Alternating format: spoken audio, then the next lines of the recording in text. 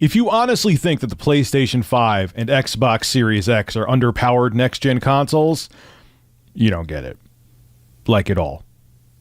Did I mention I have merch now? Link below in the description. Skip it up and that up. So we've known the specs of the Xbox Series X and PlayStation 5 for a while, and for consoles, their specs are impressive. They're much more impressive than the specs of the PlayStation 4 and Xbox One and what we heard and then what we knew was confirmed going from the 7th gen to 8th gen consoles. I mean, you got CPU, 8-core AMD Zen 2 processors inside both consoles. You have the 10.3 teraflop AMD RDNA 2 GPU inside the PlayStation 5. Hear that it's not a true RDNA 2. There's a couple features missing, but whatever. Then you have the 12 teraflop AMD RDNA 2 GPU in the Xbox Series X. Both are going to have 16 gigs of RAM, super fast SSDs. It just goes on and on and on. They're very impressive pieces of kit, especially if they get them down to like $399 for the PS5 and Series X. I mean, that's a lot of power for not that much money. Well, anyway, about a week ago, Insomniac Games, who's making Spider-Man Miles Morales for the PlayStation 5, had a very exciting announcement. This is what they had to say on Twitter. Swing through the city like never before on PlayStation 5 with an optional 4K 60 FPS performance mode. And people complained because the internet, and they don't understand technology. They don't get how things work. So it's story time, boys and girls. Sit down. I own a few Monster Gaming PCs.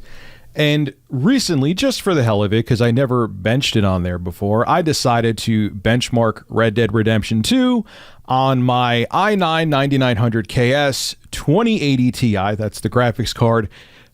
Gaming rig. Also has 32 gigabytes of RAM, 2 PCIe NVMe storage drives on there, 1 terabyte pizza, 1 terabyte. It's an absolute monster all around. Okay.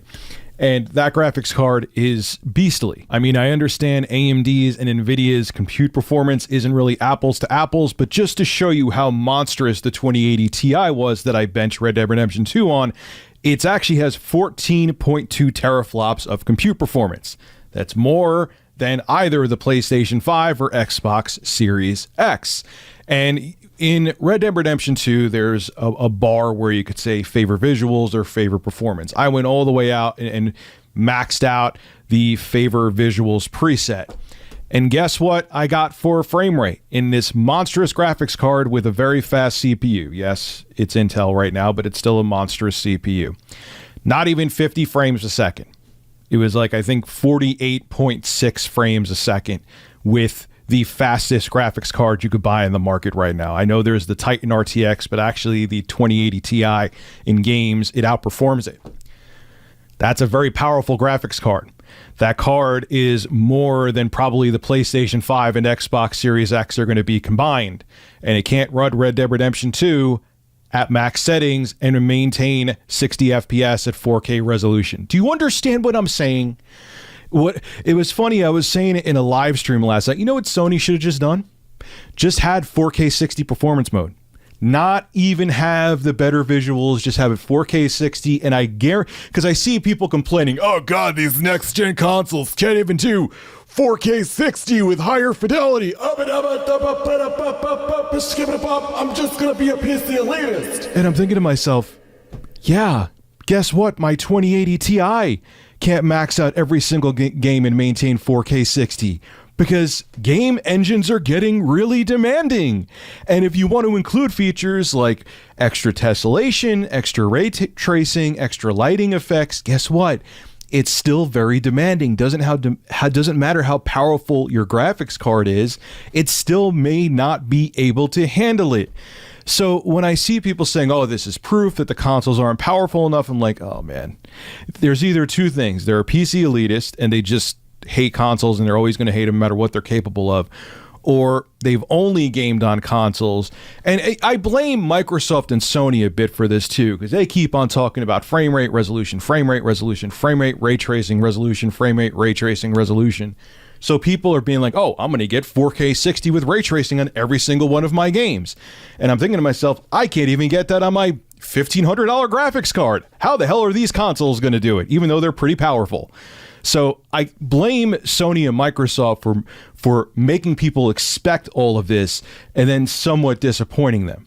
Because if my graphics card, which again costs more than both of the consoles do combined, can achieve that frame rate with that much fidelity, how the hell are these consoles going to be affordable and do that? So everybody who's complaining, think before you complain. It's not that simple. And like I said, if I was Sony, I would just have the 4K 60 mode, not even have the other higher fidelity mode, and no one would have complained. I guarantee it, because they wouldn't know any better. This is Rich of Review Tech USA signing out. Have a good one. Pizza.